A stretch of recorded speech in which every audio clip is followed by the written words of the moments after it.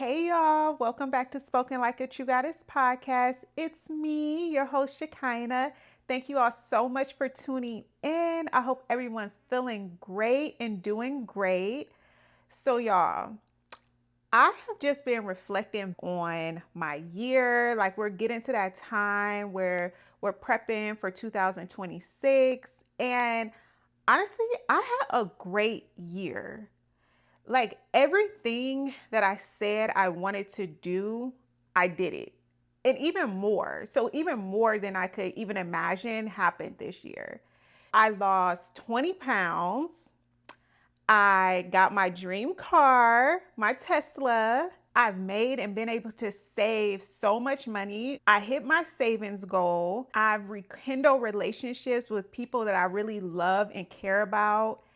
And I looked and my investment account grew 150%. 150%. So now that I'm recapping on this year and making my goals for next year, I just want to share some things that I've done to set myself up to have a great 2025. And maybe you could take some of these tips and apply it for you, or who knows? Because a lot of these things, like although these were huge goals, big goals, a lot of this stuff happened with not much effort on my end. Maybe effort isn't the right word, but it hasn't been a lot of force on my end. Like it hasn't been very rigorous or uncomfortable or a bunch of sacrifice on my end. And as I'm going into next year and I'm making even bigger goals and I have bigger expectations, I came up with things I can do to make 2026 an even bigger and better year.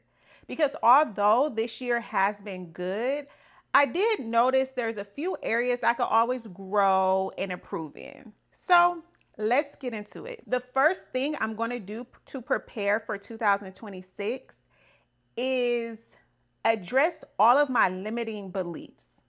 So I realized that although I have reached a lot of my goals, like I'm in a very great space in my life, I'm full of peace, I'm content, like I'm happy. There are still some limiting beliefs that I'm dealing with. And sometimes those limiting beliefs are so deeply embedded that you have a hard time even figuring out what they are. So, this is what I have been doing to be able to address those limiting beliefs. So, let's play a game. Think about your dream life, all the way to the end, your dream life, where you're living, what you're driving, how much money you're making. Do you have children? How do you feel every day? Are you married? Whatever that is, really take some time and think about exactly how you want your life to feel. How you want it to feel, not look, but how do you want to feel every day? And when you get into that feeling, and don't hold back, like no limits, no reservations, none of that. Just exactly like when you were a little girl, how did you imagine your life? So, the most unrealistic fairy tale life, how would you like to see your life? Okay. So, when you really sit down, and that may take some time, you probably can't do it right now while you're watching the video, but take that time and really, really go deep on how you want your life to look. Now, once you do that, the moment you start saying, but this, or, well, I could do this if this, or compromise, oh, that's too unrealistic, that right there is your limiting belief. Okay. So when you realize what your limiting belief is, when you go and you think about your dream life, your dream scenario, and then you start making excuses almost, or you start feeling a little scared or unworthy or whatever that feeling is, you start pulling back a little bit, that right there is your limiting belief. Okay. So just to give you an example, so let's say your goal or your dream, like next year, you would like to have a business, for example. Okay. And then while you're thinking about like, okay, yeah, I want my business to be like this. I want to set up like this. I want to be in this industry.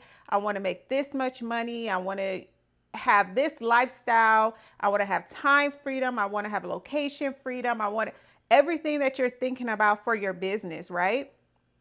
Now, when you're thinking about those things, the moment you start thinking, but I got kids, but I don't have time to do that. But I don't have the money to do that. I don't have the resources. I don't have the connections. Whatever that is, whatever that thing that comes up that makes you start being small again, that's your limiting belief. So write that down. Once you identify what your limiting belief is, now you can address it. And it's not scary or it's not big because it's not real.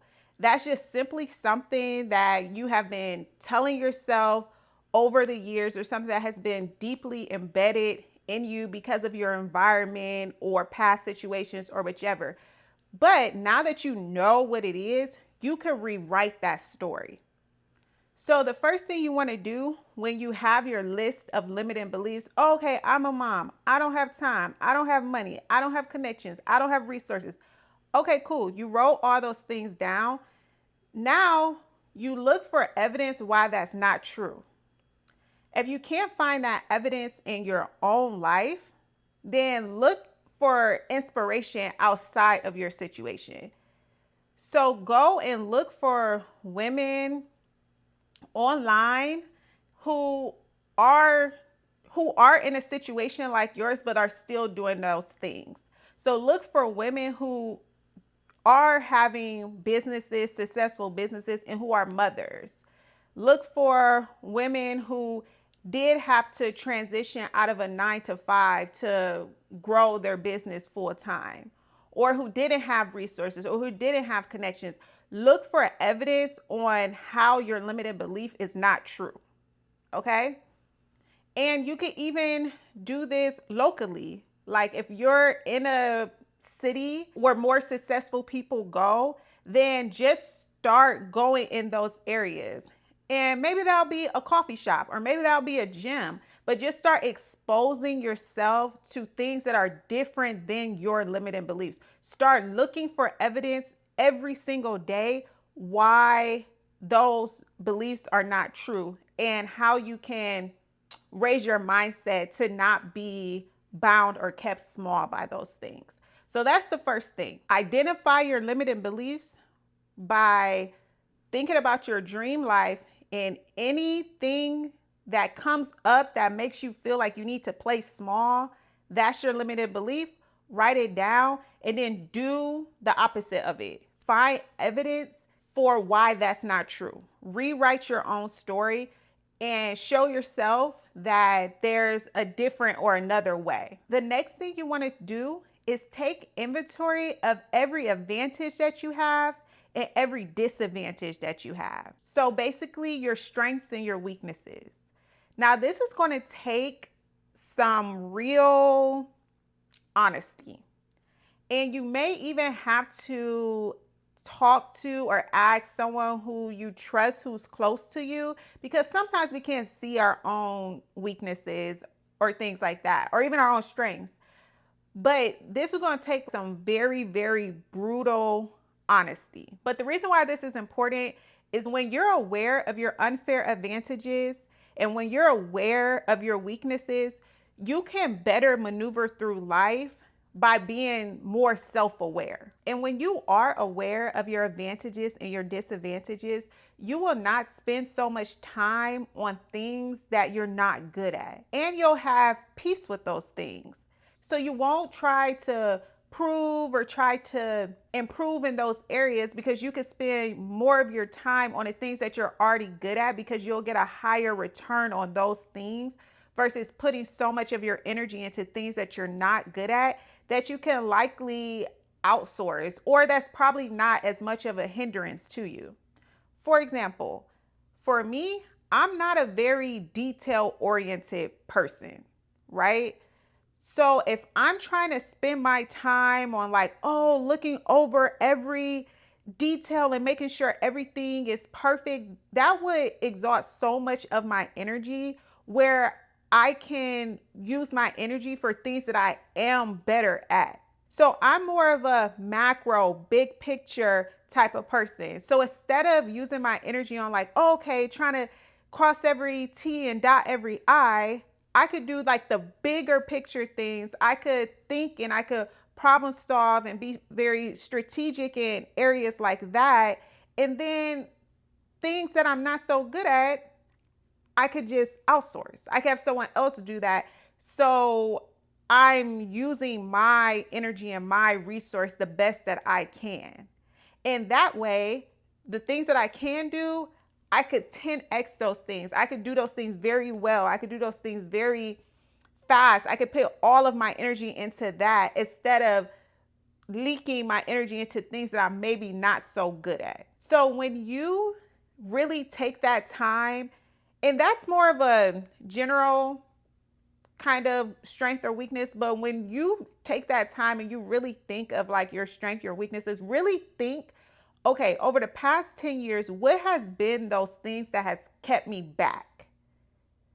Am I an overthinker? Do I not like to take action? Do I doubt myself a lot? So, whatever those weaknesses are, how can you use those to your advantage, right? So, no matter how icky the weakness is, or no matter how undesirable that weakness is, when you become self aware, you can actually use it and turn it into power, or at least not be held back by it. At least by knowing what it is that's holding you back, or knowing what it is that's like your Achilles heel, at least you know how to maneuver in situations like that, right?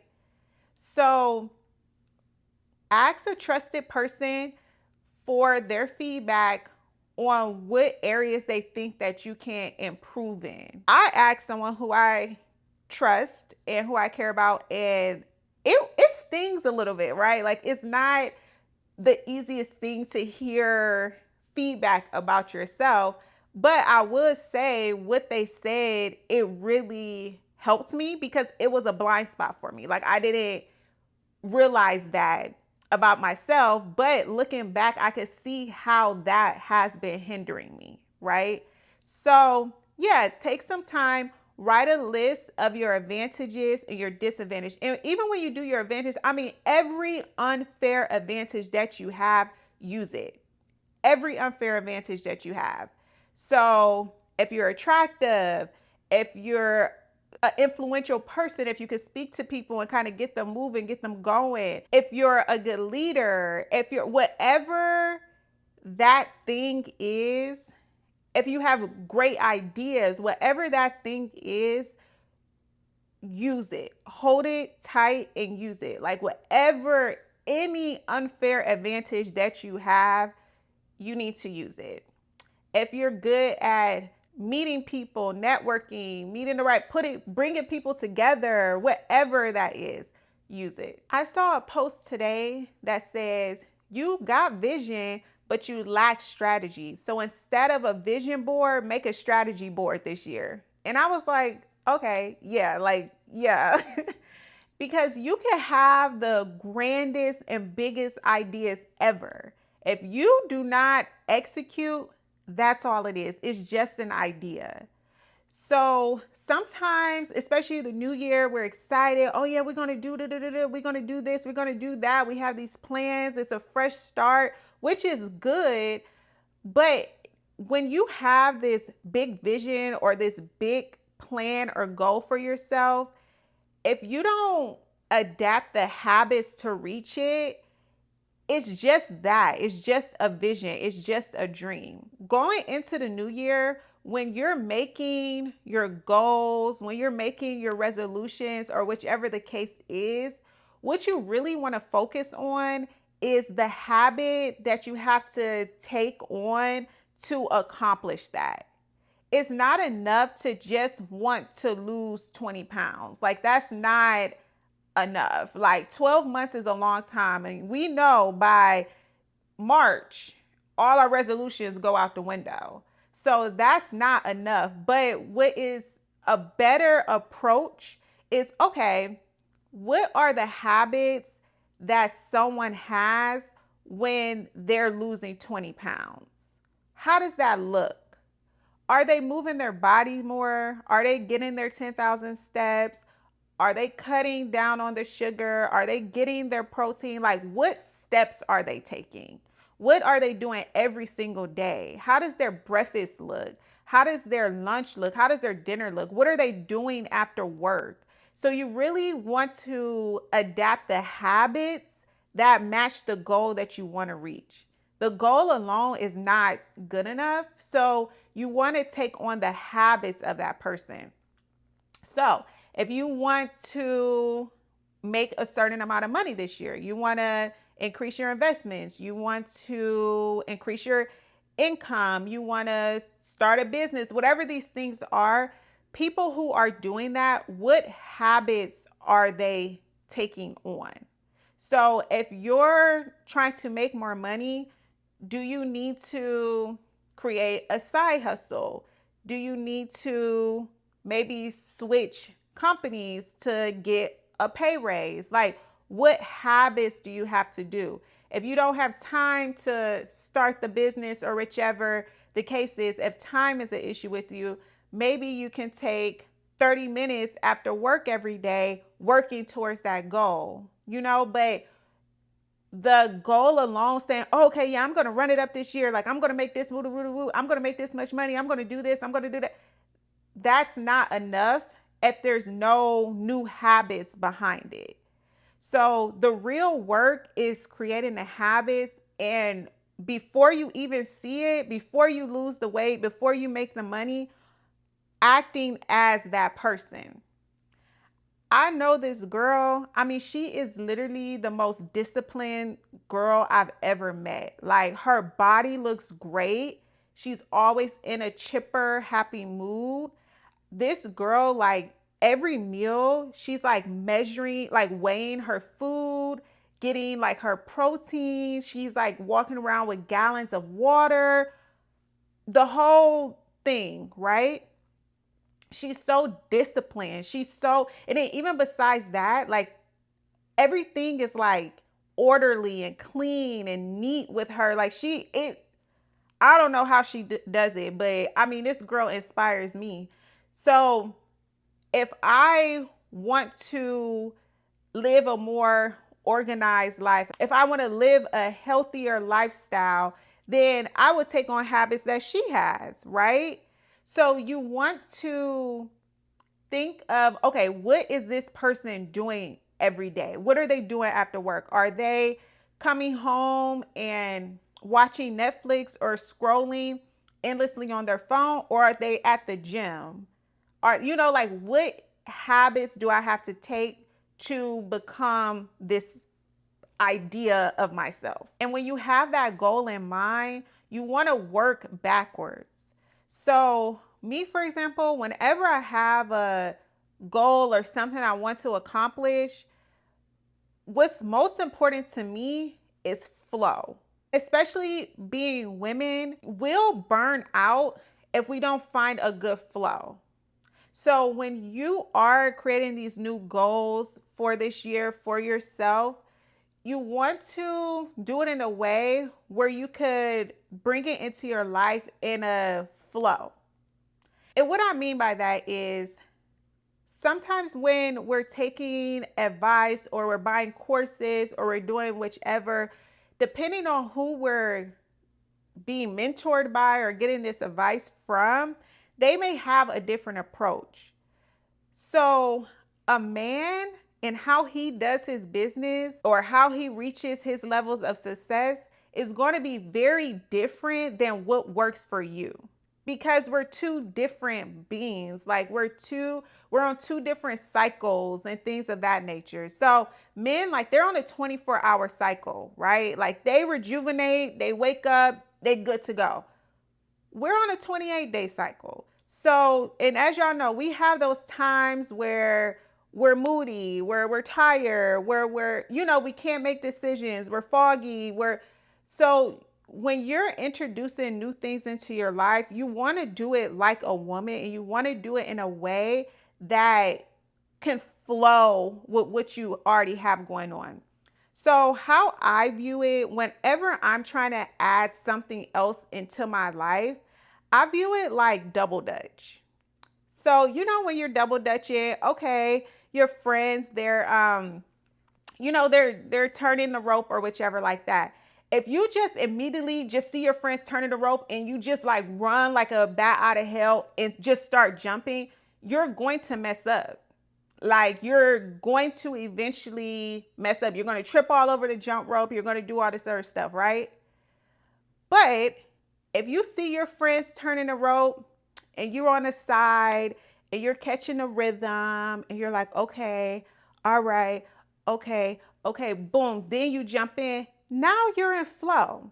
You're in rhythm with what's going on, with what you already got going on, right? So this year, as we're preparing for 2026, when you're thinking of the things you want to add into your life, add into what you have going on, that's how you want to go about it, right? Yeah, you have these big ideas and things like that, but what can you do for it to come into your life very easy so you can sustain it? Just because you're feeling excited, it's the first of the year, it's something new, and you're like, okay, you're going hard. Yeah, I'm going to the gym every day, no sugar, no meat, no dairy, da da da. But you eat McDonald's like 3 times a week. That's a little extreme, right? But a better goal would be, hey, okay, I know I eat fast food a few days a week. I'm just going to cut it down to 1 day a week. You have 12 months. So if you do that consistently, that would give you a better result than to just doing no fast food for 30 days, for example. You know what I'm saying?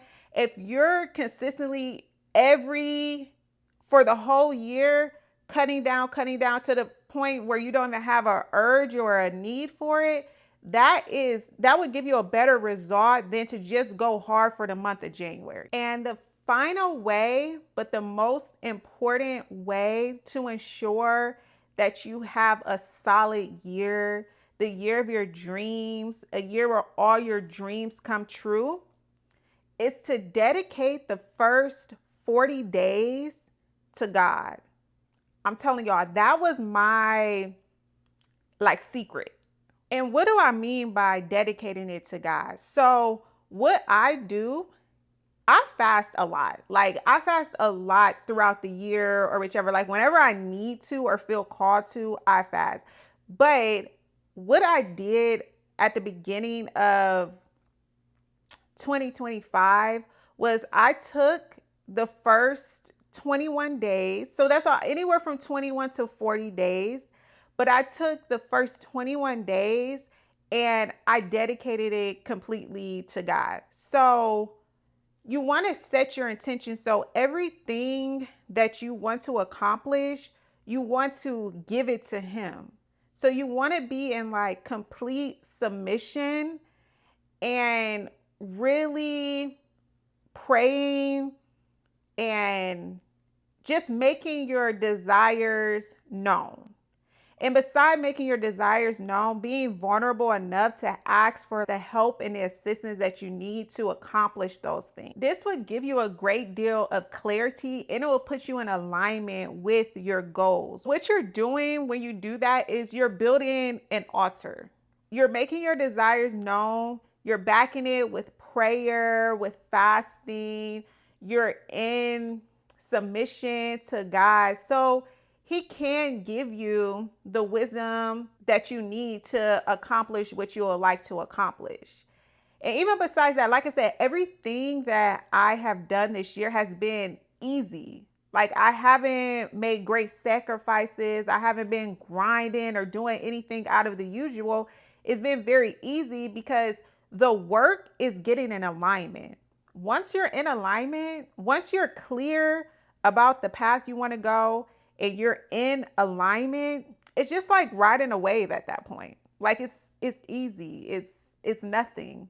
So when you do that, that is where it gets you. Like, that's the frequency it gets you. And then you'll notice, hey, I don't even have a desire for junk food, or dang, I'm just losing weight so effortlessly, or wow, I wasn't even expecting to have this opportunity and here it comes. Just whatever the case is, if you're praying for better health, if you're praying for protection, if you're praying for whatever that is, when you dedicate the first part of your year to God in those areas, you'll notice throughout the year, with no effort of your own, these things are just really unfolding for you. Because I'm a strong believer, like it's only so much you can do on your own. There's only so much grinding you can do before you lose your damn mind. So it has to be another element to achieving your desires or getting your desires. Like it can't always be grind, because even I myself, like I've been in situations where I have just, okay, I want this. Like I'm just about to grind. Like I'm just about to grind till I get it. And then you have no peace when you get it, or whatever the case is. At least when you're in alignment and you're on God's time and you dedicate it, you get both, right? Like you get that peace, you get that contentment, but you also get your desires. And it may not happen exactly how you want it or when you want it, but at least you could go into it without losing your mind and having that peace. And even when you do this, you still want to take on those habits, and you still want to keep those desires or those goals at the forefront of your mind. But what I'm saying is that as you're navigating and as you're going, you'll notice that things come together for you better than you could have put it together for yourself.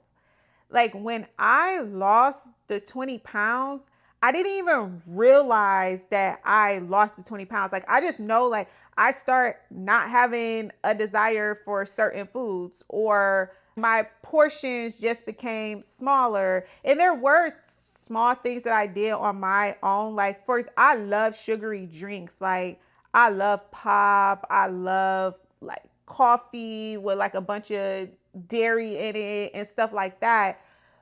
So there were things I did on my end, like for the pop, for example, like I would drink sparkling water instead.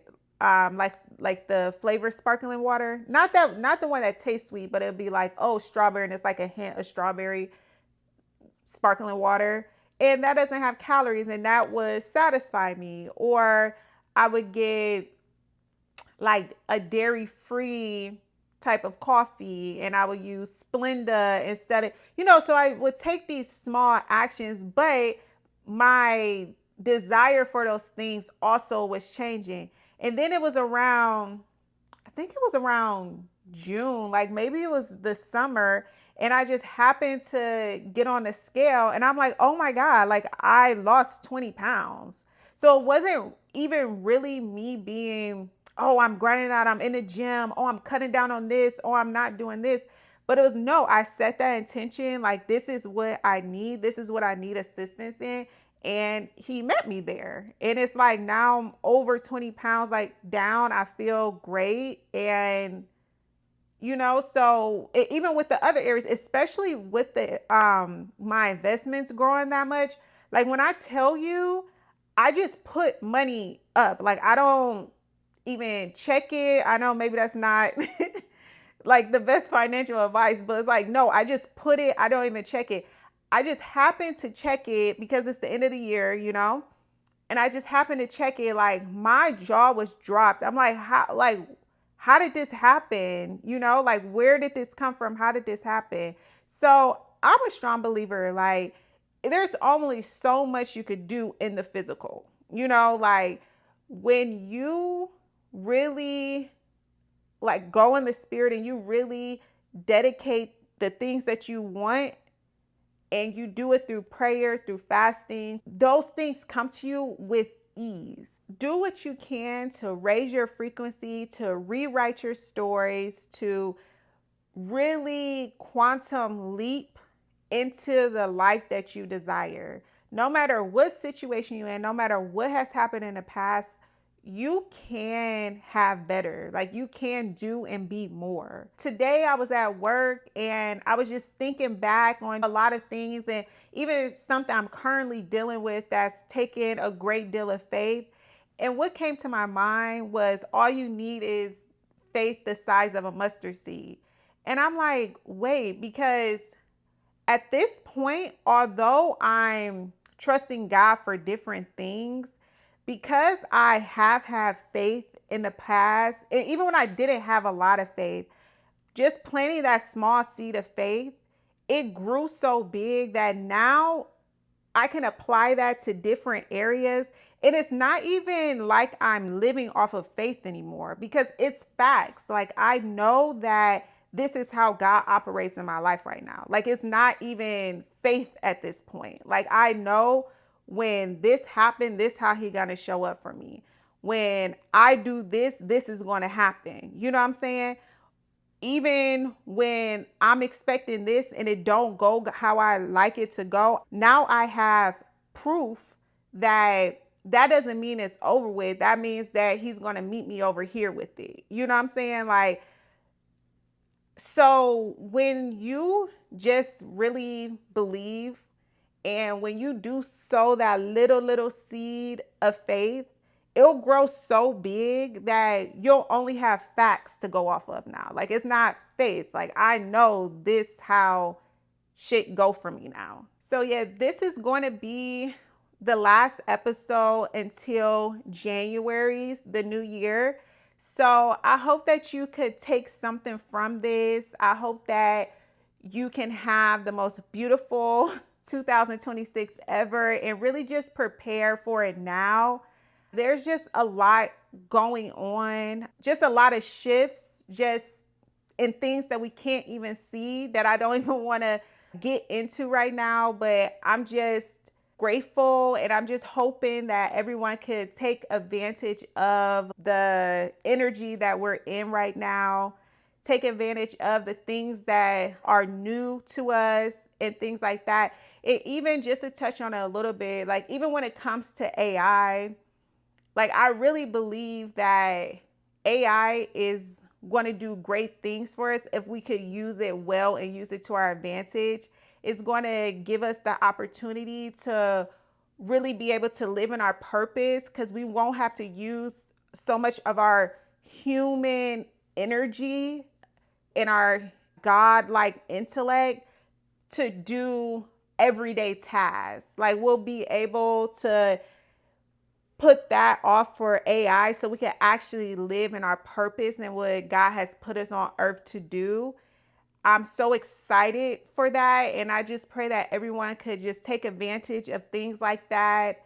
Even energetically, everything is raising and is shifting. We just have to let go of those small things that's keeping us down, like gossip, drugs, alcohol, promiscuity, just anything that's like leaking and draining our energy, changing our environments, just being bold and doing whatever you have to do to really elevate and go to the next level and live in your purpose. Because like right now is really the time for it.